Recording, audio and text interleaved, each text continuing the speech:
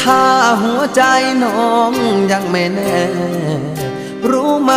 ใจพี่อ่อนแอเป็นโรคแพ้สัญญาลอยลอยสัญญาให้ไว้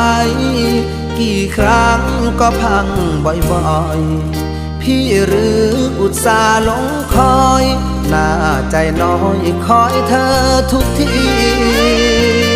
สัญญาจริงจังให้ความหวังที่ฝังใจมันจะรักกับพี่ยืนนานปากหวานยืนยันทั้งปีแต่งงานเมื่อพร้อมอย่าหอมยอมใจรักพี่ผลลัพธ์ก็คือช้ำฟรีคนดีไม่มีสัจจาสัญญาเอ่ยมาแล้วก็ลาจากเหลือไว้เพียงซา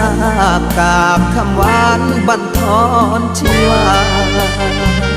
เห็นเธอดีใจ